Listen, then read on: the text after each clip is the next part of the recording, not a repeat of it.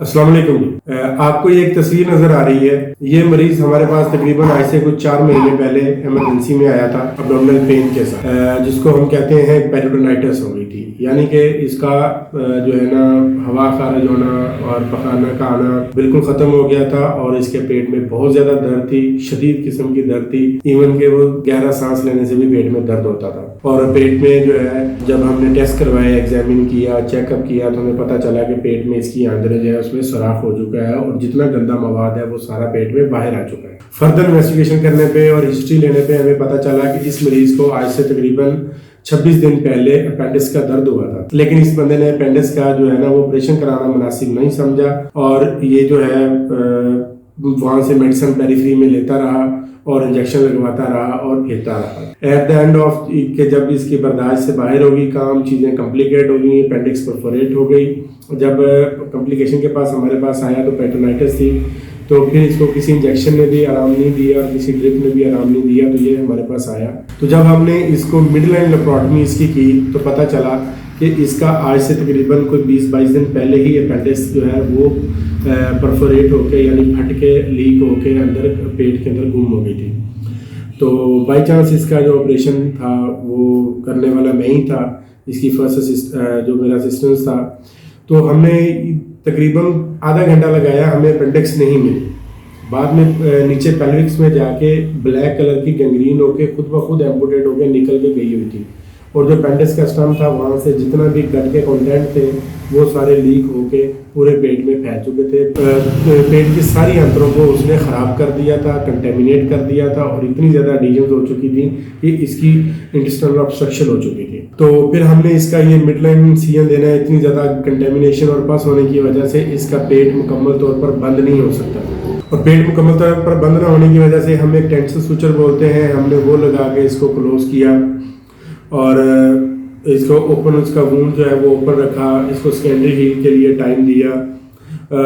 Later on जो था इसका ये स्टोमा भी निकालना पड़ा हमें क्योंकि इसकी गट परफोरेशन मल्टीपल जगह से हो चुकी थी।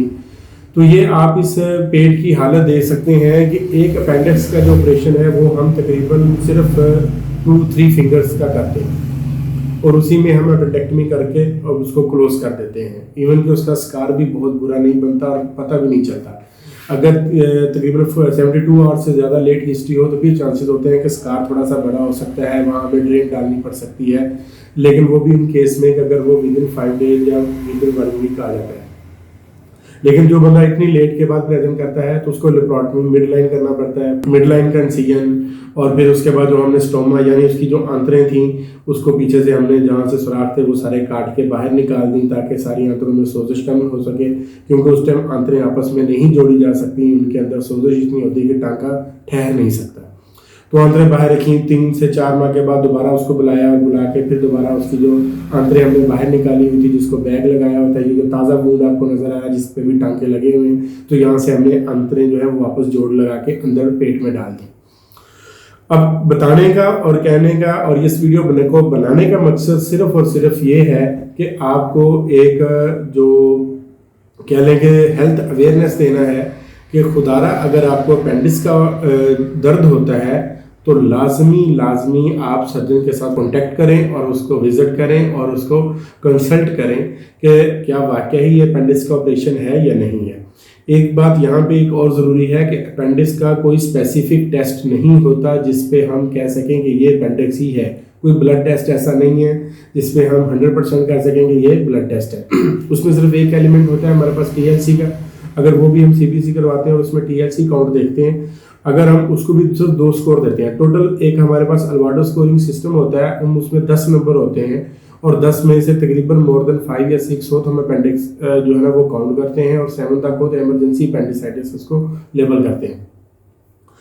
और इसमें हमारे जो पाकिस्तान का सेटअप है या पेरिफेरीज का सेटअप है वहाँ पे जो इसका डायग्नोस्टिक है वो एक बहुत अच्छा अल्ट्रासाउंड या फिर CT स्कैन की सहूलत होती है और जो कि ये हर जगह पे मौजूद नहीं है। और CT स्कैन एक इटसेल्फ इतना कॉस्टिक और कॉस्ट इफेक्टिव है कि हम उसको भी हर मरीज़ के लिए बिफोर गोइंग टू ऑपरेशन हम उसको जो है वो नहीं करवा सकते। तो इसका मोस्टली जो है वो डायग्नोस क्लिनिकल होता है। अगर आप अनक्वालिफाइड बंदे के पास जाएंगे और उससे अपेंडिक्स डायग्नोस करवाएंगे, वो कभी भी डायग्नोस नहीं होगी। अल्टीमेटली रिजल्ट क्या होगा ये देखें, परफोरेटेड अपेंडिक्स। और ये कोई एक केस नहीं है, ये एक केस अब रिपोर्ट हुआ और उसको मैंने इसलिए यहाँ पे वीडियो पे लाने की कोशिश की कि ताकि आप सबको पता चले। ऐसा केस हम तकरीबन हमारी हर इमरजेंसी में 1 से 2 कर रहे होते हैं।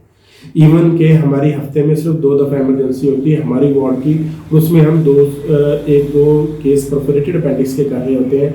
तो आप यहाँ से अंदाज़ा लगाएं कि एक ही हॉस्पिटल में डेली बेस पे अगर 1 से 2 ऑपरेट हो रहे हैं तो हर हॉस्पिटल में कितने हो रहे होंगे और कितना ज़्यादा इसका इंसिडेंस है।